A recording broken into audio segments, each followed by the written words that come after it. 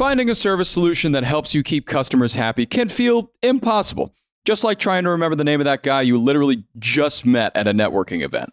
HubSpot's all-new Service Hub can help, with the service solution part at least. It brings service and success together on one powerful platform, with an AI-powered help desk and chatbot to handle your frontline tickets, so you can scale support and drive retention and revenue. Visit HubSpot.com/service to learn more. Hello, everybody. Welcome to a new week. It's Monday, May 20th. I'm John Weigell here with Noelle Medina, and this is the Hustle Daily Show.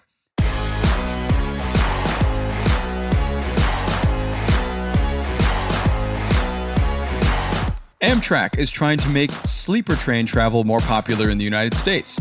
Investing in faster cross-country train travel seems like a big no-brainer, as Europe has been able to modernize and consistently grow their train offerings. In the US, though, it may not be that easy of a transportation alternative.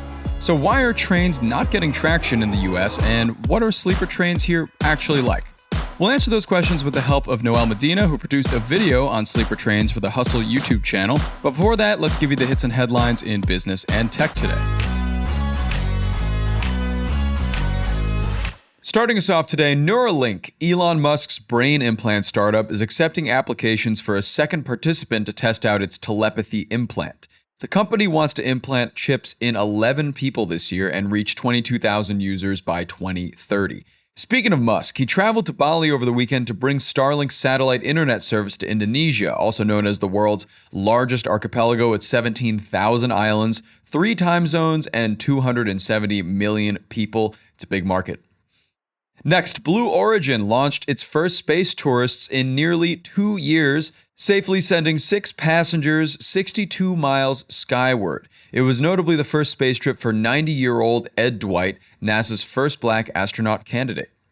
Over to Apple. Apple is likely debuting a, quote, significantly thinner iPhone in 2025, which would bring its top product in line with just unveiled 5.1 millimeter thick iPads. It'd also be more in line with Pringles, but that feels more like a happy accident than anything. I love the sour cream and onion.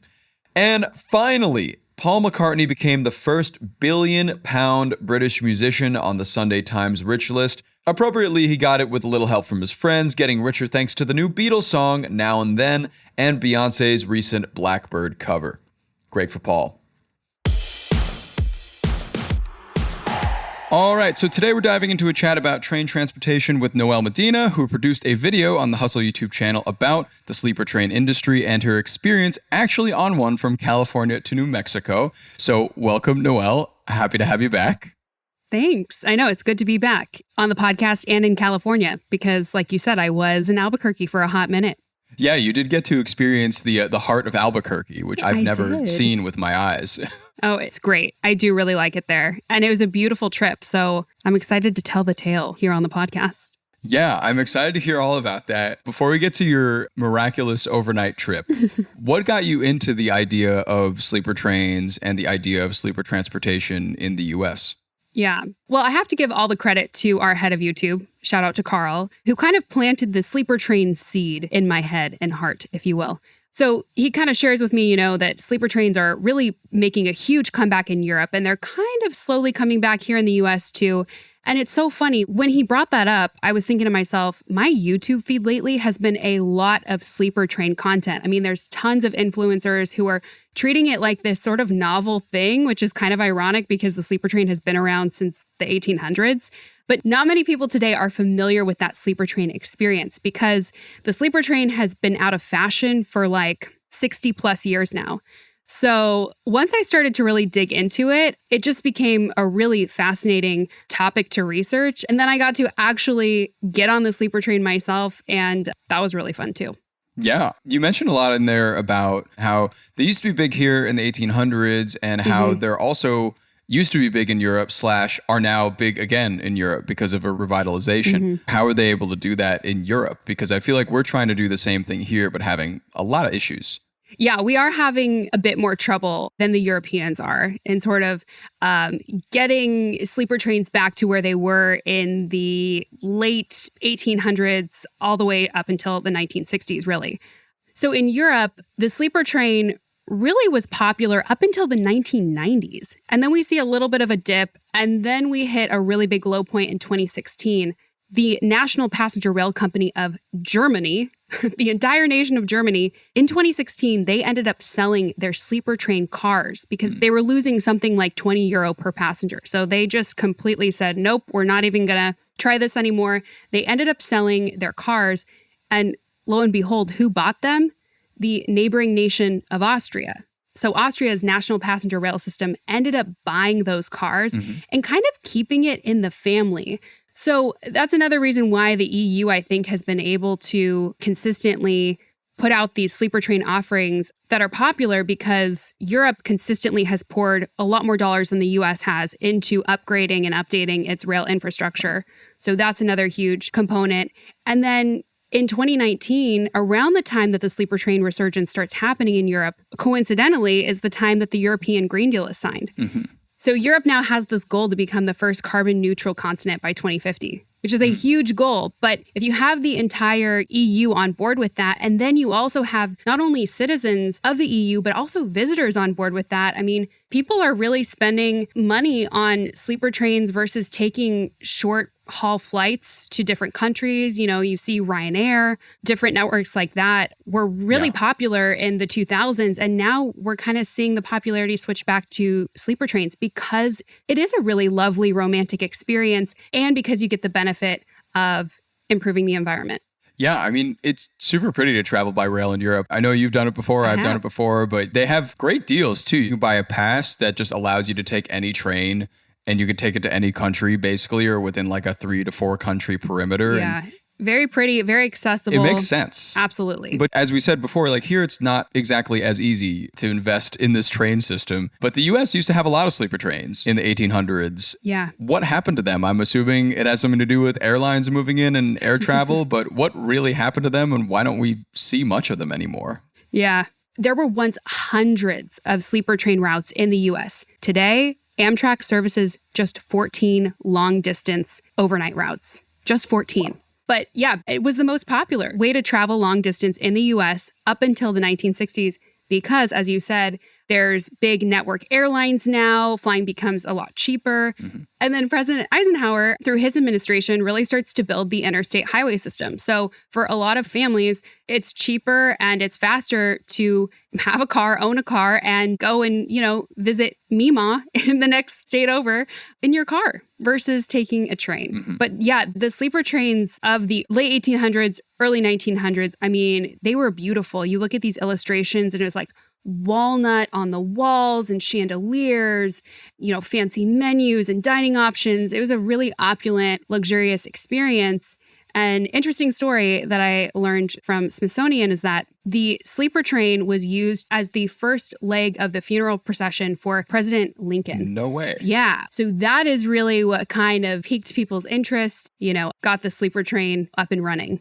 Just a little interesting history tidbit there. Just a tidbit. Yeah. I mean, it seems like these luxurious train rides ended up becoming luxurious plane rides because like I feel like in the 50s and the 60s, there's a lot of luxury air travel and that's also kind of dwindled over the years with the fall of TWA and the fall of other airlines and that ilk. But for now, going back to trains in the US, I know that there has been a push to get more trains out there. I just actually saw some news a while ago and reported on it that they just had started working on a train from Las Vegas to Los Angeles as well, like a high-speed rail. So there's a big push in the US now to get back to trains. There is a lot more money going into upgrading and updating these sleeper train journeys, but there's definitely more of a demand today. And I think that really came from the pandemic.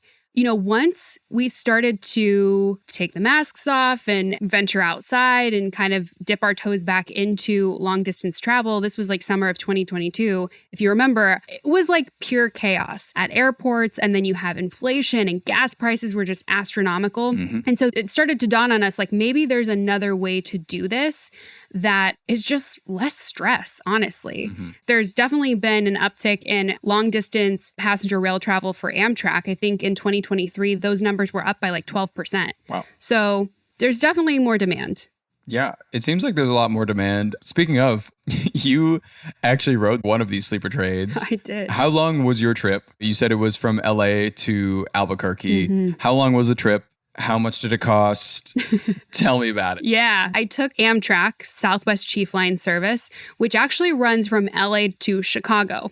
I, obviously got off in Albuquerque, but I spent 16 hours. That was the length of my trip. So I got on the train around 6 p.m. at Union Station in LA, took it overnight, got off around 11:45, maybe noon-ish. We were slightly delayed, got off in Albuquerque. The ticket was $700. Wow.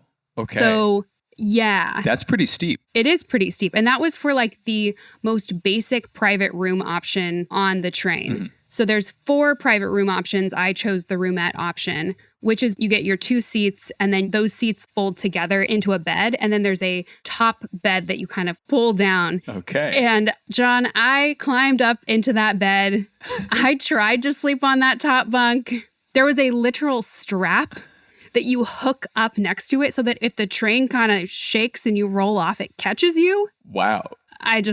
Yeah. All right, then. Normally, I'm like, cool, I'll take the top bunk. In this scenario, that did not happen. But yeah, I will say the ticket included complimentary meals. I believe you could bring like multiple checked bags, but you could bring multiple pieces of free luggage. And then when you got to the train station, you actually had access to the Amtrak lounge, which is, kind of like any airport lounge if you buy like a first class, business class ticket. Mm-hmm. So there's some perks for sure, but it's expensive. Yeah, it sounds like it. And long. Yeah, it sounds expensive, sounds long. Perks seem kind of nice. Yeah. It is a very nice experience. I know you talked about this in the video as well. What would a similar length trip for a sleeper train be in Europe? Yeah, so that National Passenger Rail Company of Austria that I mentioned, they own and operate Nightjet, which is essentially the sleeper train leader in Europe. And so they have a trip that goes from Vienna all the way to Paris. It makes about 6 stops. It runs for 14 hours, so close to my trip on the Southwest Chief Line.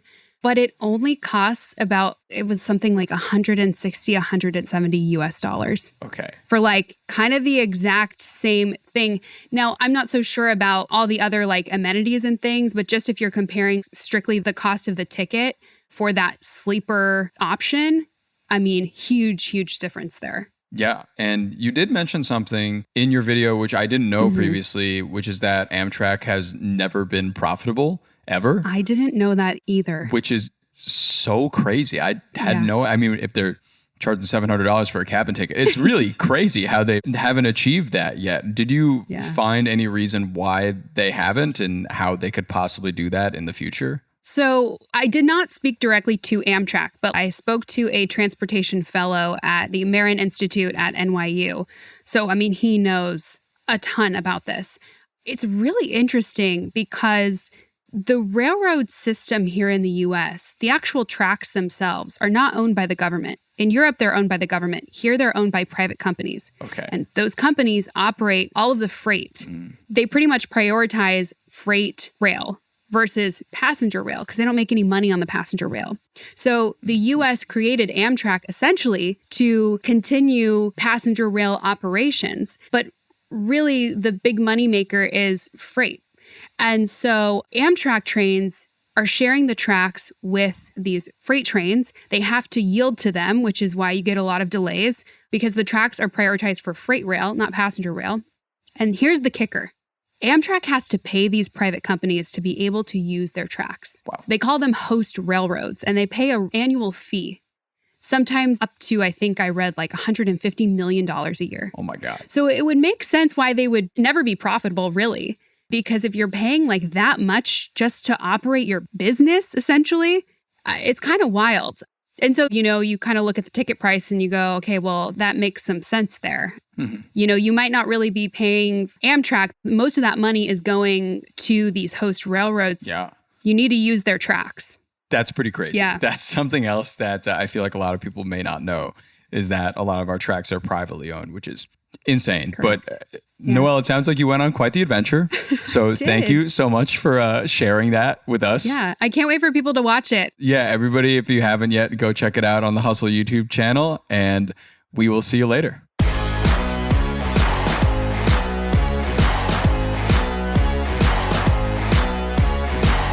All right, and that's going to do it for us today. Thanks for tuning into the Hustle Daily Show. We're a proud part of the HubSpot Podcast Network. Our editor today is Robert Hartwig, and our executive producer is Darren Clark. We've got a lot more tech and business coverage in our newsletter. If you're not subscribed, go get yourself signed up at thehustle.co/email, and we'll see you tomorrow.